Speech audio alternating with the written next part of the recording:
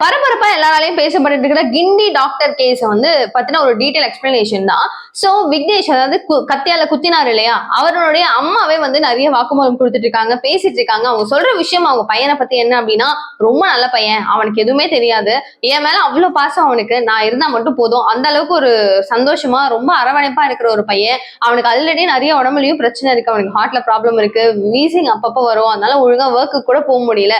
அவனை கூட்டிட்டு போய் இப்ப எங்க வச்சிருக்கீங்க, கவர்மெண்ட் எனக்கு பதில் சொல்லணும் அப்படின்னு சொல்லிட்டு ரொம்ப கதறிட்டு இருக்காங்க. அவங்களுக்கு மூச்சு திணறல் பிரச்சனை இருந்திருக்கு.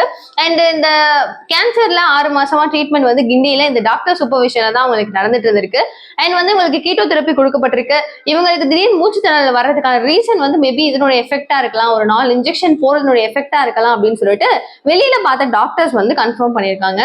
இந்த கோவத்துல தான் என்ன பண்றது, அம்மாவுக்கு வந்து ஆல்ரெடி அப்பா வேற ஒரு 3 மாசம் முன்னாடி தான் இறந்திருக்காரு, அம்மாவுக்கும் திரும்ப இப்படி நடக்குது அப்படின்னு சொல்லிட்டு ஒரு குற்ற உணர்ச்சியில ஒரு கோவத்துல அம்மா மேல இருந்த அதீதியான ஒரு பாசத்துல இந்த மாதிரி ஒரு விஷயம் நடந்துருச்சு. அவனுக்கு வந்து இதெல்லாம் பண்ணக்கூடியவனே கிடையாது, அமைதியா வருவான் அமைதியா போவான், தவிர இதெல்லாம் வேணும்னு அவன் பண்ணவே மாட்டான், எப்பவுமே பண்ணதும் கிடையாது, என் மேல இந்த பாசத்துலதான் அப்படின்னு சொல்லிட்டு ஒரு தாய் வந்து ஒரு பாச போராட்டத்துல பண்ணிட்டு இருக்காங்க, இந்த விஷயங்கள்லாம் சொல்லிட்டு இருக்காங்க. பட் இந்த பக்கம் பாலாஜிக்கு ரொம்ப சீரியஸா இருக்கு, ஐசியூல இருக்காரு யாரு அந்த டாக்டர்.